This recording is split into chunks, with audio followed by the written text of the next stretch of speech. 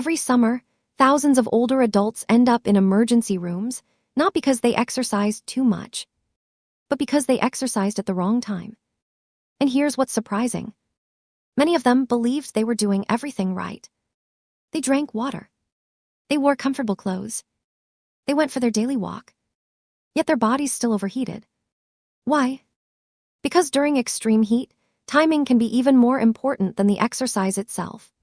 In fact, exercising just a few hours earlier or later could mean the difference between improving your health and putting it at serious risk.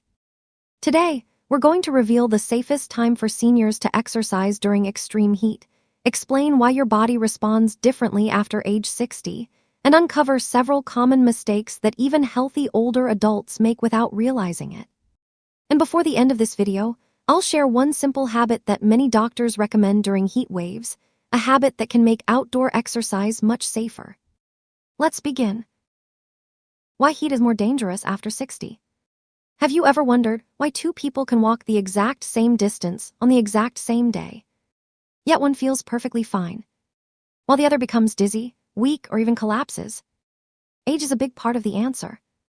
As we grow older, our bodies gradually lose some of their natural ability to stay cool. Sweating becomes less efficient. Blood vessels don't expand as quickly. The heart has to work harder to push blood toward the skin, where heat can escape. And many older adults don't even realize they're overheating until it's already happening. That's what makes heat so dangerous. Unlike a broken bone or a sudden injury, heat illness often develops quietly. Minute by minute, your body temperature rises. Your heart beats faster. Your body loses fluids. Your blood becomes more concentrated. And before you notice the warning signs, your body may already be under significant stress. That's why understanding when to exercise is just as important as understanding how to exercise. The worst time to exercise. Here's the mistake that catches many people off guard. Most people assume that as long as they avoid noon, they're safe. Unfortunately, that's not always true. The hottest part of the day usually occurs between 2 p.m. and 6 p.m., not at noon.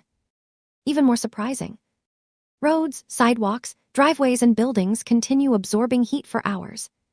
That means a pleasant-looking afternoon can actually expose your body to dangerous temperatures. Imagine walking beside black asphalt that's been baking in the sun all day. The air temperature might read 95 degrees, but the surface around you could be well over 140 degrees.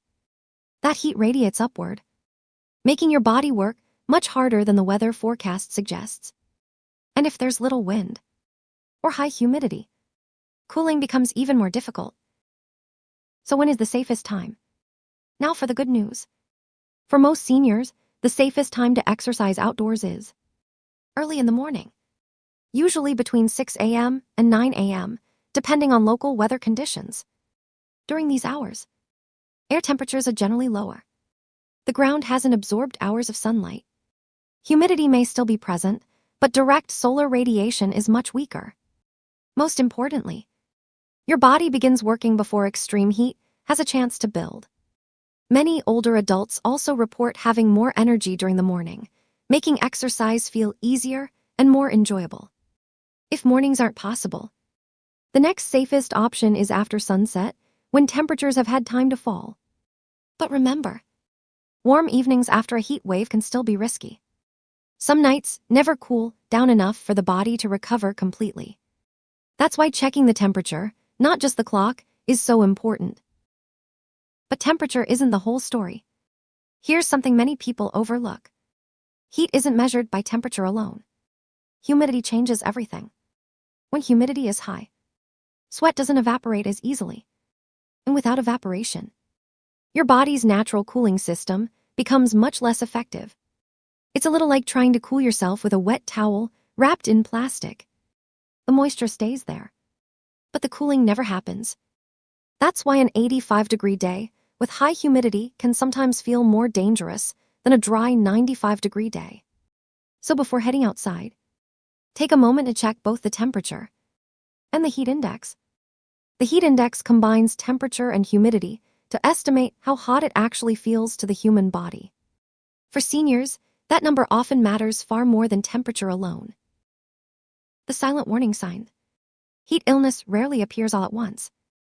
Instead, your body sends small warnings. The problem is, many people ignore them.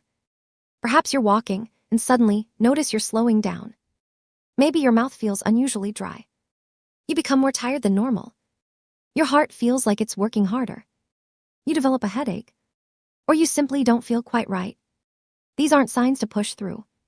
They're signals telling you your body needs help. Stopping early may prevent a medical emergency later. A simple trick that makes walking safer. Here's a habit many experienced walkers use during heat waves. Instead of taking one long walk, they divide it into 2 shorter ones. Maybe 15 minutes in the morning, and another 15 minutes later in the evening. The health benefits remain surprisingly similar, but your body avoids prolonged exposure to dangerous heat. This approach also gives your heart time to recover between sessions. For many older adults, it's easier on the joints, less exhausting, and much safer during summer. Sometimes, doing a little less actually protects your ability to stay active longer. Don't forget about hydration. Many people wait until they're thirsty before drinking water. But after age 60, thirst becomes a less reliable warning signal. You may already be mildly dehydrated before your brain tells you to drink. Instead of waiting, try drinking small amounts of water throughout the morning. If you're exercising for longer periods or sweating heavily, discuss your hydration needs with your healthcare provider, especially if you have heart disease, kidney disease, or take diuretics, since fluid recommendations can vary. Remember, more water isn't always better. The goal is steady hydration, not drinking large amounts all at once. When you should skip outdoor exercise completely. Sometimes, the safest workout is the one you postpone. If your local weather service issues an excessive heat warning, if the heat index is extremely high, or if wildfire smoke has affected air quality, consider exercising indoors instead. A shopping mall, a community center, a senior fitness class, even walking laps inside your own home can be a smart alternative. Consistency matters more than location. Missing one outdoor walk is far better than risking heat stroke. Final thoughts. Exercise remains one of the most powerful ways to protect your health as you get older. It strengthens your heart, supports your muscle, improves balance, protects your brain, and helps you maintain independence. But during extreme heat, the smartest choice isn't exercising harder. It's exercising wiser. Choose the coolest hours. Listen to your body. Stay hydrated. And never ignore the early warning signs of overheating. Because staying active should help you enjoy life, not put it at risk. If you found this video helpful, consider sharing it with a parent, grandparent, neighbor, or friend. A simple change in exercise timing could help someone stay healthier and safer during the hottest days of the year. And if you'd like more practical, easy-to-understand health advice designed specifically for older adults, be sure to subscribe. We'll continue bringing you evidence-based tips to help you stay active, independent, and healthy for years to come.